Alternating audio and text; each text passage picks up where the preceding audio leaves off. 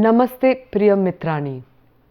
पूर्वस्मिन् काले यदा जनाः भिन्नभिन्नग्रामेभ्यः जनाः मिलन्ति स्म तदा परस्परप्रश्नः भवति स्म। युष्माकं ग्रामे वृष्टिः वर्षा वा सम्यक् अभवत् किम्?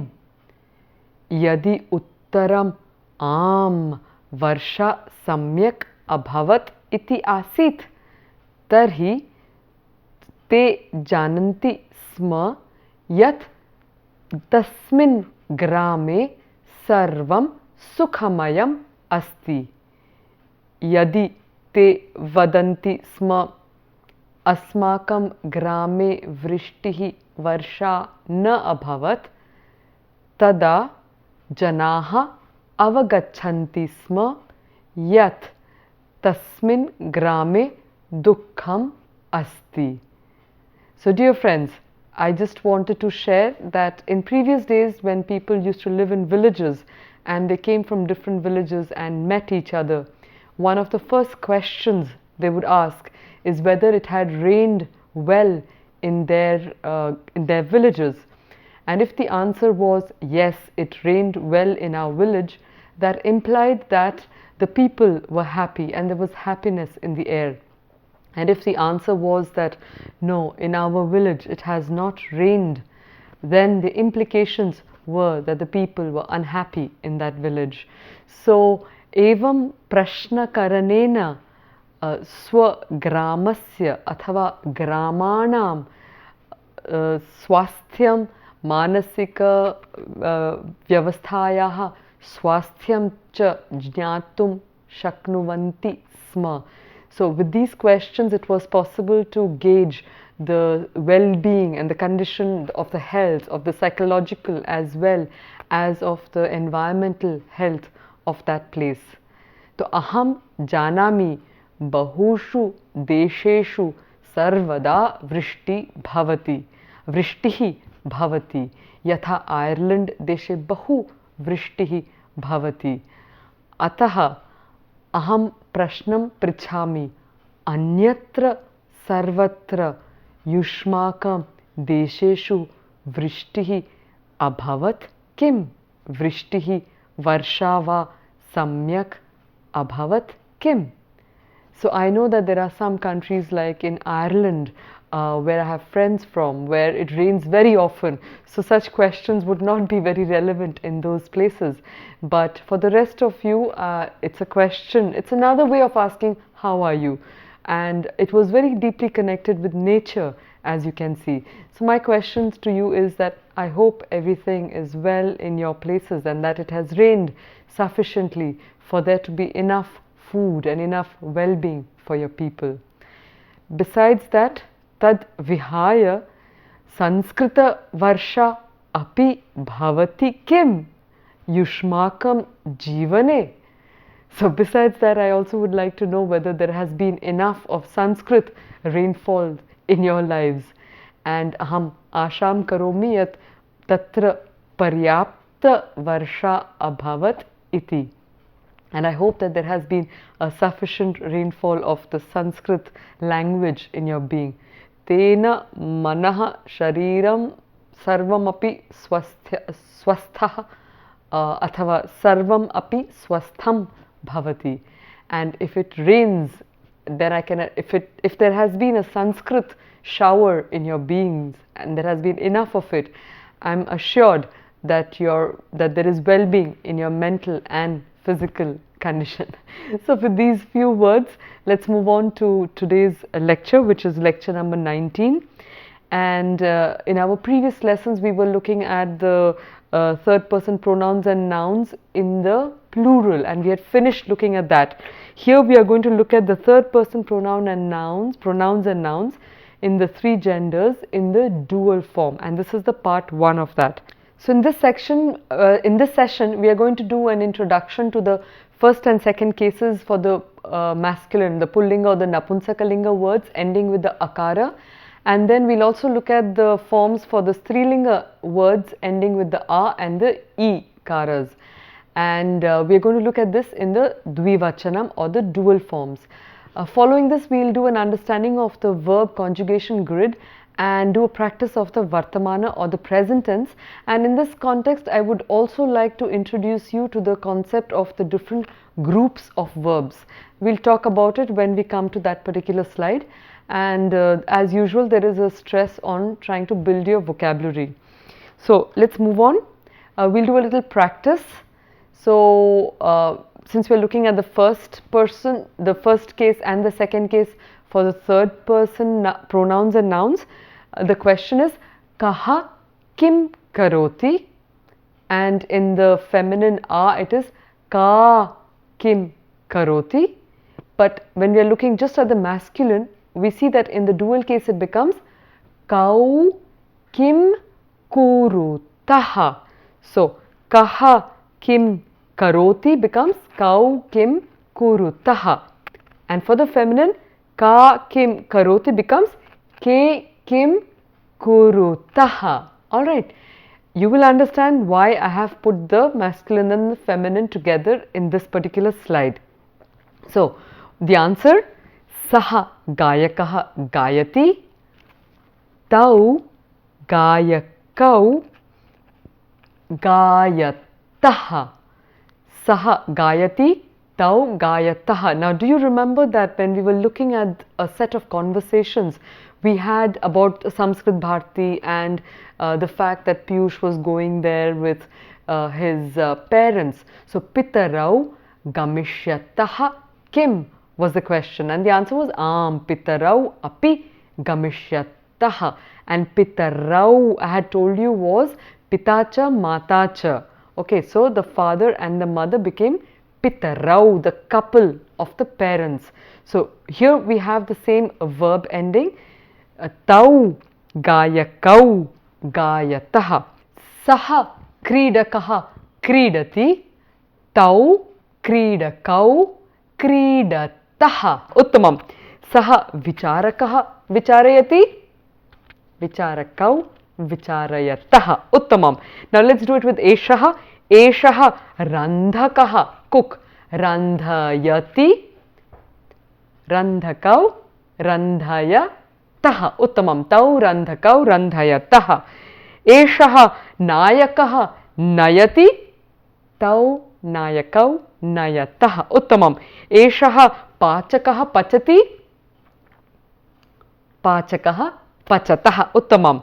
Now let's just do chitrakaraha chitram karoti, chitrakarau chitram kurutaha. Uttamam. Next, and then patrakaraha patram karoti, patrakarau patram kurutaha. Uttamam. Tantrajnyaha tantram janati, tantrajnyau tantram janitaha. So we've seen with janati that it behaves a little differently. So an opportunity to introduce you to those forms. Shastrajnyaha shastram janati, shastrajnyau shastram janitaha. Uttamam. Now let's move on to the next one here, and what do we find? In the feminine we have sa nartaki nrityati becomes te. So in the feminine it is te, like ke. So here it is te nartakyau. It doesn't become te nartakye. So you have to be alert there. Te nartak. So te. Now, and what else do you recognize with this ke also and the te? So ke was also the question for the masculine plural. You remember? And so you have to be very careful, because te is the English equivalent of de, but in this particular context it signifies the feminine dual. Alright, so te nartakyau. So just like the first for the masculine forms we had janakau or gayakau, here it becomes nartakyau. And nrityataha, nrityati, nrityataha. Sa nati natanam karoti, te natyau natanam kurutaha. Uttamam. Did you get that? Want to say that again? Te natyau natanam kurutaha. Let's move on. Let's do it with Esha. So Esha Janani Janma Dadati will become Ete Jana Nyau Janma Dattaha. So Janma Dattaha. So Dadati Dattaha plural Dadati. Uttamam. We'll study that in another context, the whole of it. But for now, Esha Abhinetri Abhinayam Karoti becomes Ete Abhinetriau Abhinayam Kurutaha. Now I would just like to reassure you that with Sanskrit there is no requirement to go fast and therefore get anxious. All you need to do is just to stay very quiet, go step by step, follow the logic of the language, and you're sure to hit the mark. So all you need to do, so the moment you have a word like you have here nati, and I'm telling you nati dual case, so what will it become? Nati natyau. Alright, so let's do a quick recap of that. Gayakaha gayakau, kridakaha kridakau, vicharakaha vicharakau, randhakaha randhakau, nayakaha nayakau, pachakaha pachakau, chitrakaraha chitrakarau, patrakaraha patrakarau, tantrajnyaha tantrajnyau, shastrajnyaha shastrajnyau. And what happens to the feminine? Sa nartaki te nartakyau. So we had saha gayakaha tau gayakau. Very easy rhyming and all of that. In the feminine, sa nati becomes te natyau. And then you have Esha nati is ete natyau. So nati natyau, janani jananyau, abhinetri abhinetriau. Uttamam. So I hope that is clear now. So let's look at what happens to the words ending with a, and here we are going to also look at the feminine and the neuter. So we have the question ka kim karoti becomes, we have already seen that, ke kim kurutaha. What happens in the neuter? Kim kim karoti also becomes ke kim kurutaha. So let's see what happens to the words, and here we have the words ending with the a in the feminine. So sa gayika gayati, what happens? Te gayike gayataha. So gayika becomes gayike. In the previous slide we had looked at nartaki becoming nartakyau, and it was te nartakyau. So there was a little bit of a thinking involved. The good news with the a is that it follows the rhyming pattern. So if it is te, then it will be gayike gayataha. So sa rakshika rakshati, te rakshike rakshataha. Uttamam. Sa vicharika vicharayati, te vicharike vicharayataha. Uttamam. Now let's do it with Esha. Esha tantrajnya tantram janati, ete tantrajnye tantram janitaha. Esha shastrajnya shastram janati, ete shastrajnye shastram janitaha. Uttamam. So is that clear now? So there's a rhyming with the a, remember it rhymes. Alright. Let's see what happens to the neuter.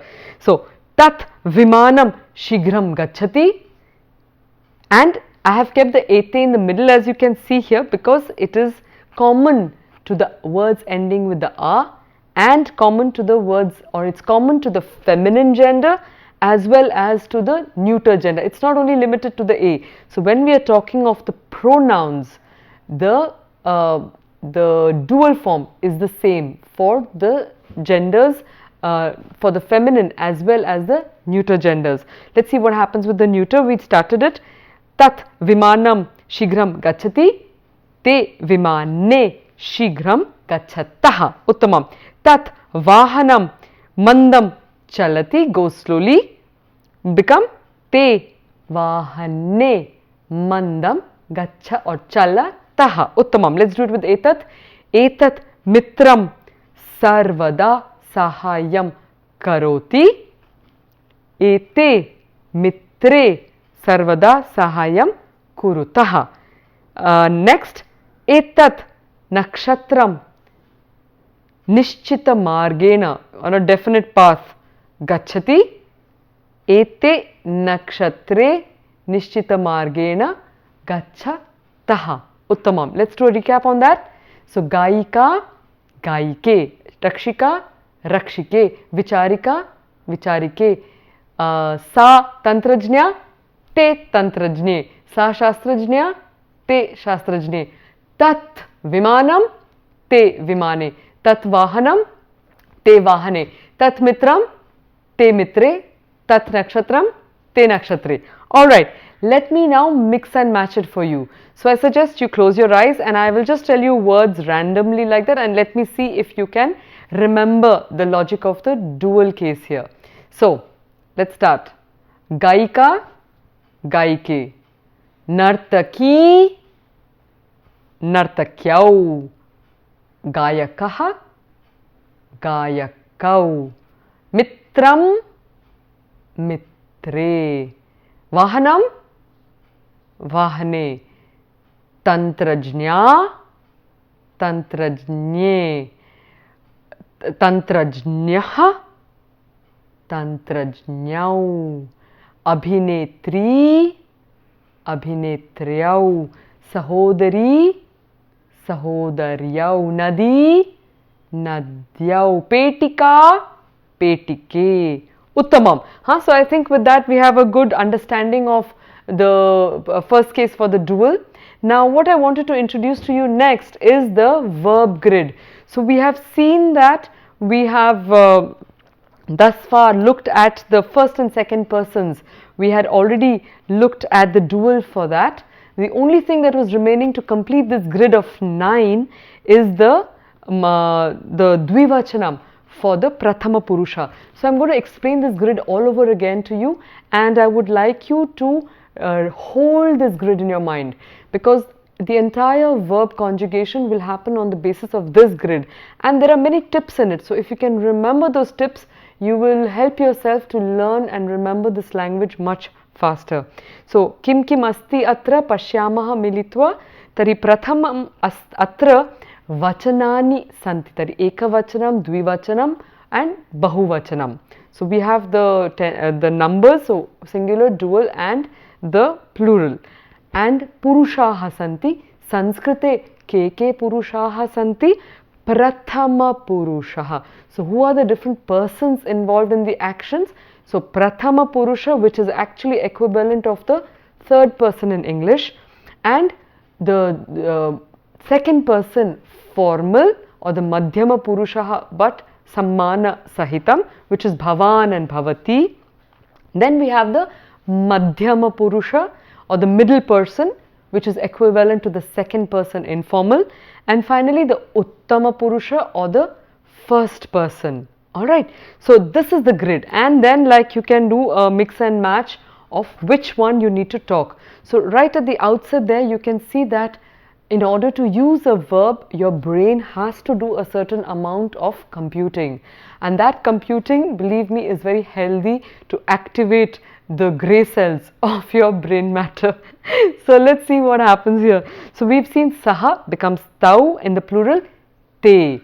Now why have I marked that te in the brown instead of the green like the rest? Is because that they, that te is equivalent to the English they, and in the English we don't have a dual case.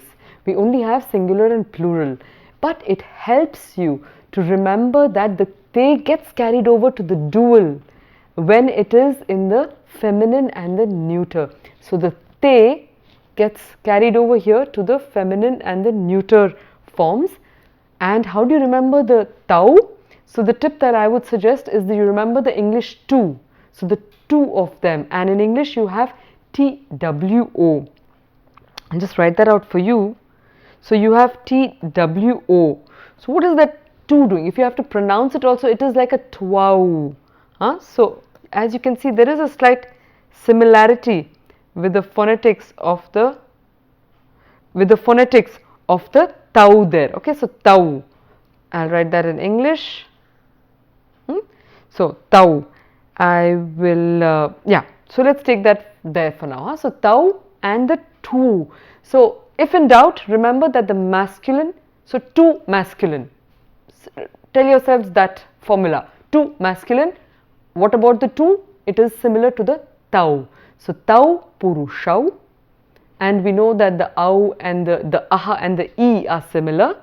So tau purushau, feminine they from the plural becomes te, and the e, words ending with e like sahodari becomes sahodaryau. So there is the au comes two times with the masculine akara ending and the feminine ikara ending. For the rest it is the de or te or a sound. Alright. So small tips that can probably help you to retain the forms for the dual case here. So let's see what happens. Saha becomes tau, sa becomes te, tat becomes te, and bhavan becomes bhavantau, bhavati becomes bhavatyau. Fine. Let's move on to the madhyama purusha there. So we have tvam becomes yuvam and aham becomes avam. The vam indicating us, and you, two of you, so yuvam, and us to avam. Alright. In terms of similarities of the sound, and what happens in the plural? So the te gets transferred for the masculine. So you have te, for the feminine taha, because the jaw drop with so many beautiful women there. So taha. So just an imagination that can help you remember. Remember, many beautiful women. There's a jaw drop that happens. So ta, and then you become speechless with the breath leaving you. So ta. All right. And we have for the plural is tani. You have to remember that one. Okay. So tani. Next, plural of bhavan is bhavantaha, and for the feminine is bhavatyaha. All right. What happens to the madhyama purusha or the second person? Yuvam, which is a short yuvam, becomes yuyam. It's almost like so many of you. So yuyam. So the yam stays and it becomes vayam, or in the English, if you want to remember, it's viyam. So viyam. So if you remember vi and yam, so vi yam, you can do different kinds of sound tricks to help you remember. Apply that to the u and you have yuyam. So just with these certain, I would say, sound tricks and associative tricks, you can basically remember this grid. So let's do an application of that grid with a verb, and the verb that we are choosing here is the vad. So every verb originates from a root verb form, which is the dhatu rupa, and so we have the, or which is the dhatu here. So the dhatu of vaddati is vad. That is the root form. So what happens with vad? So saha, what we are also going to do is we are only going to take the saha to represent the entire group, including the bhavan. Alright, to represent the prathama purusha. Tari kim bhavati? Saha vadati. Saha kim karoti? Saha vadati. Tau vadataha. Te vadanti. Tvam vadasi. Yuvam vadathaha. Yuyam vadatha.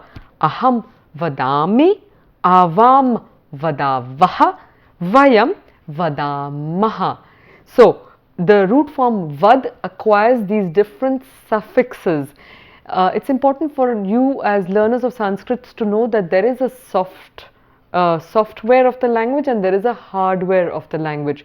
The software of the language is this user interface where the root vad becomes vadati, vadataha, vadanti. The hardware of the language, which is coded in Panini's Ashtadhyayi grammar text, will tell you about how did the root vad arrive at vadati. And it's a complete series of logic where you say if vad is third person, singular, plural, then the suffix ting will become ti finally. So ting is the root suffix, and with all these different rules, formulae that will come in, the ting will become ti. But for the software of it, what is important for us to remember is there is a very easy manner to memorize the Vartamana Kala forms for the verbs, and the verbs can be subdivided into two, or can be categorized in two groups of verbs, namely the Parasmai Padi,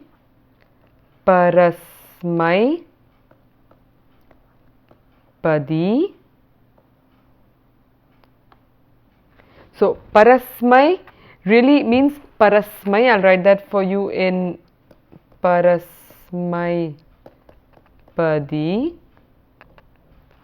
So Parasmai Padi means for the other. So actions directed towards others largely. There's a little more philosophy involved in that, but very largely that is one kind of a classification.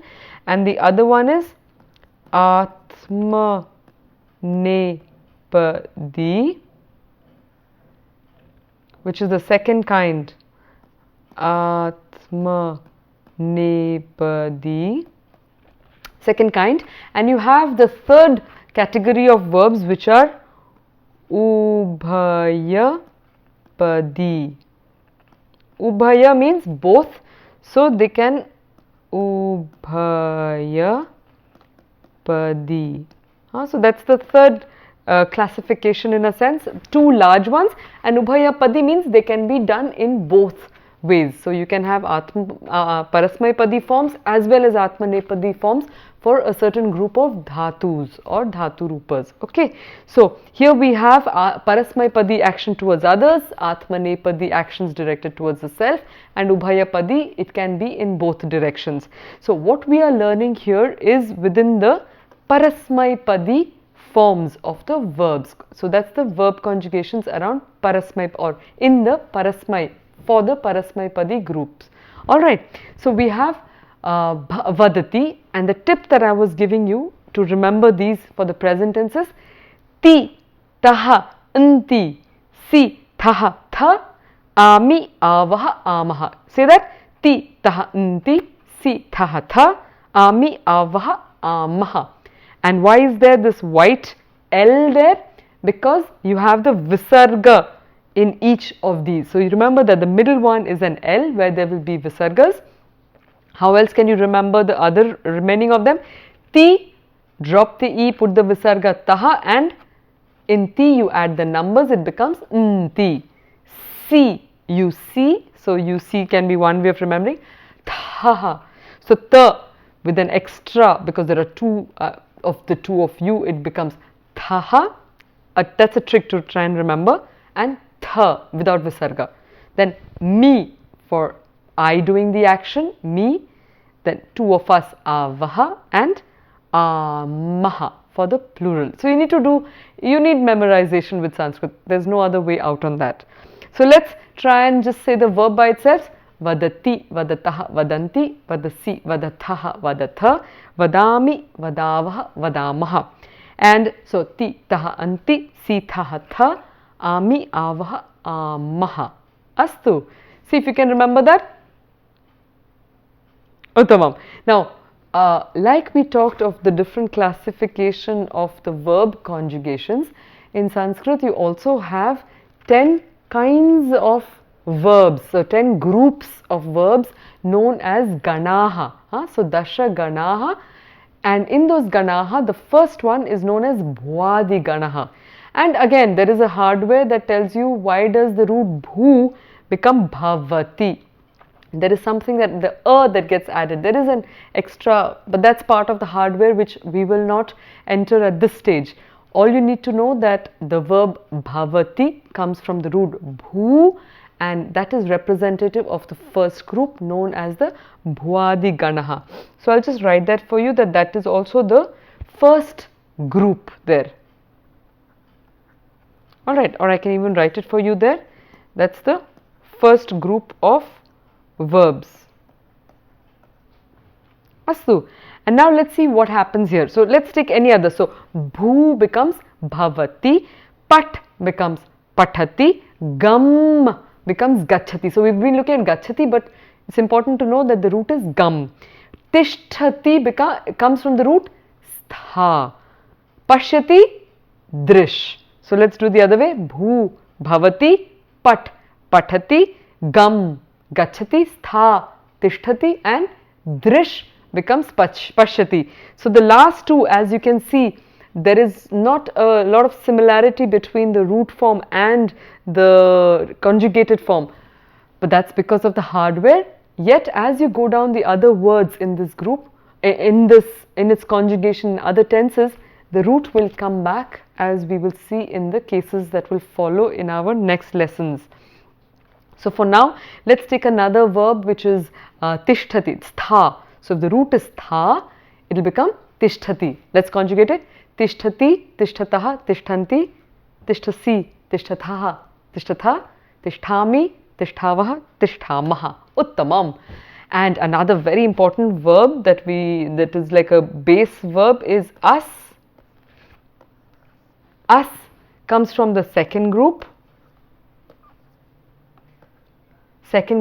which is of the adadi. It's also known as the adadi ganaha. Adadi ganaha. And it is, the root form there is at. And it has different verb forms, but what we are interested in is in the root verb as, because that's a frequently used one. And let's see what happens. Asti, staha, santi. Assi, sthaha, stha, asmi, swaha, smaha. Now I'd like you to try and memorize this, it's very important, but I would also like to remind you that because the verbs are so specific to the pronouns they are associated with, that it suffices just to tell the verb form. Just the conjugated form is enough. We need not reiterate the pronoun in these contexts. Like we can just say asmi. You don't need to necessarily say aham asmi. And just that reduces or makes the language much more brief and concise in its expression.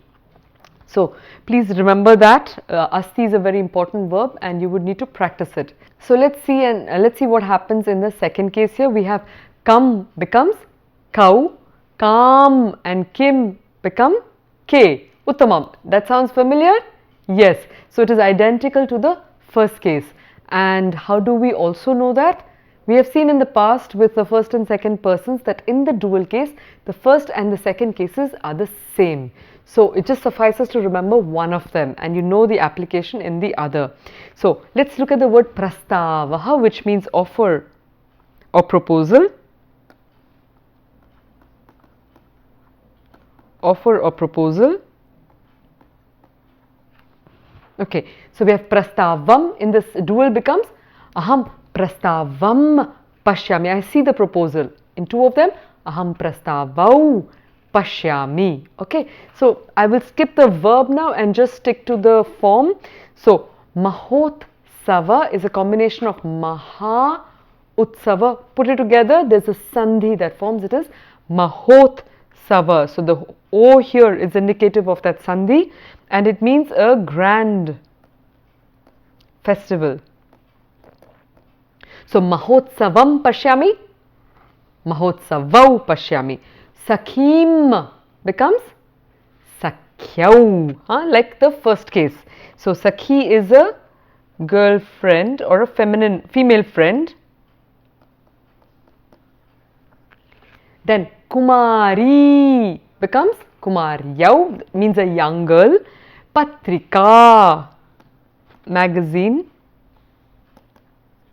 So patrika becomes patrike. Puja, worship becomes puje. Nrityam, dance, nritye. Nayanam is one eye, two of them. Nayane, I'll write that for you.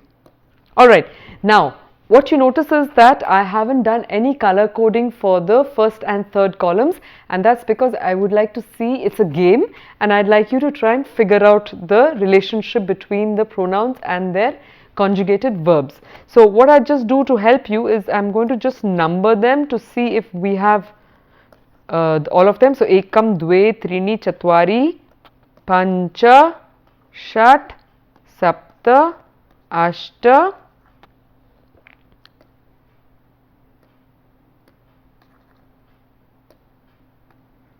ashta and nava. So the grid of 9, and let's see the corresponding forms here. So avam, first find the verb, avam pashyavaha, uttamam. So avam kim pashyavaha?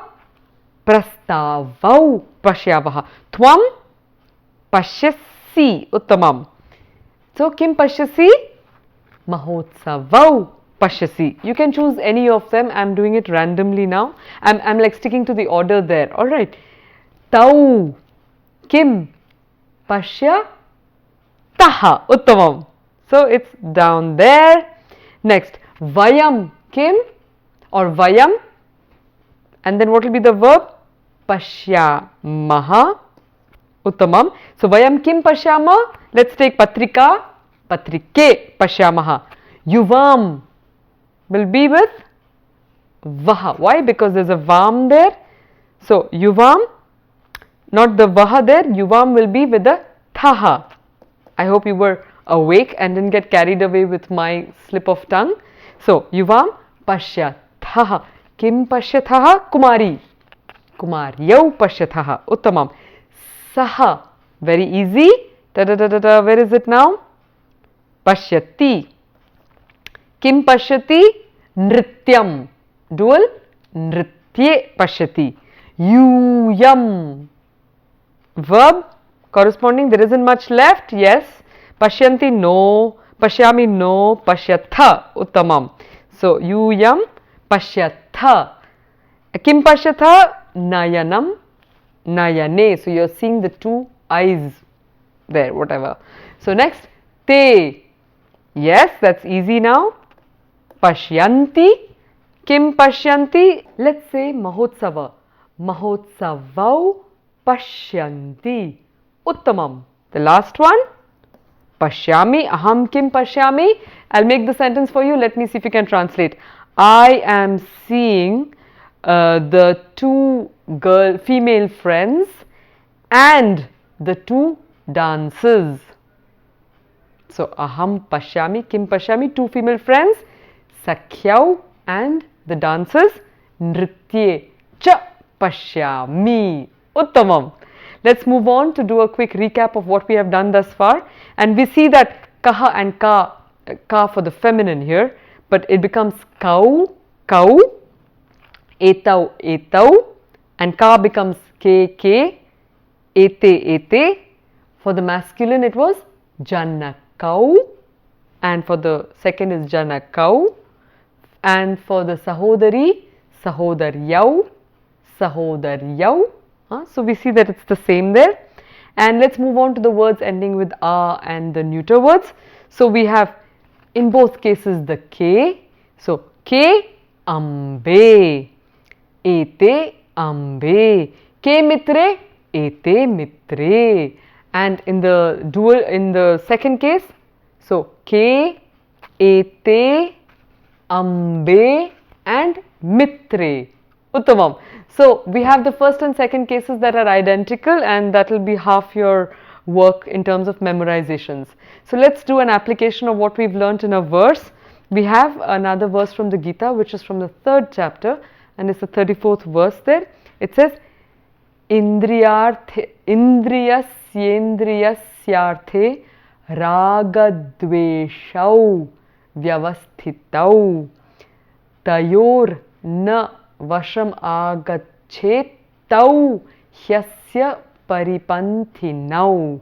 So I'll just translate that for you. In the object of this or that sense, indriyasya, indriyasyarthe. So indriyasya plus indriyasyarthe, here indriyasya this place. It breaks here. It becomes a Sya plus Indra. At that point, it becomes an A. So this becomes a Sye. That's a Sandhi, another Sandhi rule there. So this becomes a Sye, as you can see. Indriyasya arthe. There's another one that happens here, which is a Sya plus an A, and it becomes a Sya. Syarthe, as you can see there. So I will just mark that for you there. Indriyasyarthe raga dveshau. So raga cha dvesha cha, the two of them together. So that's liking and disliking. Raga, liking, disliking, dvesha, the two of them. Vyavasthitau are set in ambush. So they take over our being there. When? Tayor na vashe. Tayor na, we are yet to see that form, but this is the sixth case. So tayor na, there is a visarga. Tayoho plus na becomes tayor na. Vasham agachat agachet. So we've got a few things happening there. Vasham, so you can cut that into half. Vasham, so that's a vasham. Agachet, so that's a ma plus agachet. Agachet. So agachet, I will write that for you. Agachet plus tau. So you should not come under their control, fall not into their power. So there is tayor, fall not into their power. Tau hyasya paripanthina, for they are besetters of the soul in its path. So they here is tau, and it's in the first case here. First case, dual. Okay, hyasya paripanthinau, again you find that it is the first and the dual. Alright, so now let's see if we can chant that out. So you repeat after me. Indriyasyendriyasyarthe ragadveshau vyavasthitau tayor navashamagachet tau hyasya paripanthinau. I just wanted to mention that the agachet is another kind of a verb conjugation that we haven't looked at, but it basically means it's like a kind of an order request that says don't fall prey. In this case, don't become prey to that. All right, so with this verse, as you can see that Krishna is trying to lead Arjuna to go beyond likes and dislikes, and he's saying those are what traps the soul and makes the soul confused. So we have Srimati Sushma Swaraj, who was the former External Affairs Minister of India, and we just lost her very recently, but she was a great lover of Sanskrit and made speeches in Sanskrit during the Sanskrit World Conference also. So this is a beautiful quotation by her where she says that the Gita was a great source of strength. She says, I was able to face the challenges as External Affairs Minister only because of the Bhagavad Gita. Gita has answers to everybody's problems, and that's why I said it while standing in the parliament that everyone should read 2 shlokas of Gita every day. This question can be regarded as a communal question, etc., etc. But we find, as we have been looking at quotations from different eminent personalities across the world, we see that the content of the Gita has the power to surpass all kinds of religious, narrow sectarian identities and offer a universal solace to anybody who is in a mode of dejection and depression, and really provide solutions to understand, have clarity of mind, and face different conflicts of life with confidence and with clarity. Some references there. Swastyastu. Swastyastu is the greeting of the Balinese people, that's people from the island of Bali in Indonesia, and they always greet you with swastyastu, and if you break it up, it is composed of swasti astu, su asti, well-being, astu, may you have. So may you have well-being, swastyastu, swastyastu, until our next meeting.